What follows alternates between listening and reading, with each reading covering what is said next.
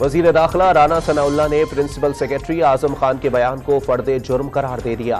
Cipher पर secret act के तहत कार्रवाई की ख्वाहिश जाहिर कर दी। चेयरमैन पीटीआई ने तहरीक अदम एतमाद से बचने के लिए साइफर को बैरूनी साजिश का रंग दिया।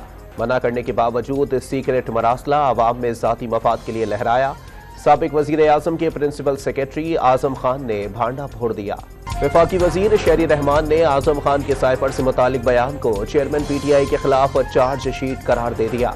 शर्जील मेमन ने कहा कि चेयरमैन पीटीआई ने इक़्तिदार बचाने के लिए साइफर का ड्रामा रचाया। निगरान हुकूमत पंजाब की लॉ एंड ऑर्डर कमेटी ने रावलपिंडी में मुहर्रम अल हराम के हवाले से इंतजामात गैर तसल्ली बख्श करार दे दिए।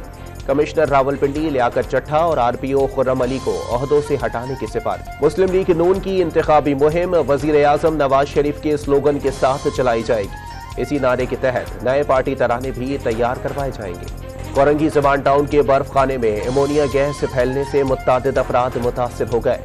बेहोश होने वालों में खवातीन और बच्चे भी शामिल। और गाल टेस्ट में श्रीलंका के 131 रन हदफ के ताक़ुब में पाकिस्तान की बैटिंग जारी। मेजबान टीम दूसरी इनिंग्स में 279 रन बनाकर आउट हुई।